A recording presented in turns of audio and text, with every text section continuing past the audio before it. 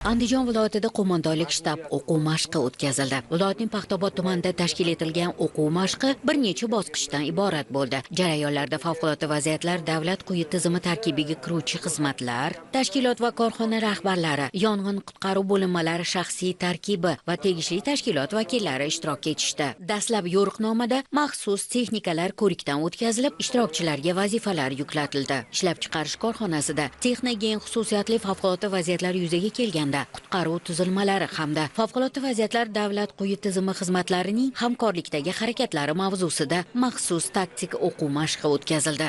Asosiy e'tibor yong'in yuzaga kelganda qanday qilib uni bartaraf etish, jabrlanganlarga birinchi tibbiy yordam ko'rsatish, avariya tiklash ishlari, aholini xavfsiz joyga ko'chirish singari vazifalar bajarildi. Maqsad favqulodda vaziyatlarning oldini olish va oqibatlari bilan kurashishda tegishli xizmat vakillarining hamkorligini takomillashtirishdan iborat. Yakunida barcha tashkilotlar harakatlari sinovdan o'tkazilib, muhim tavsiyalar ishlab chiqildi.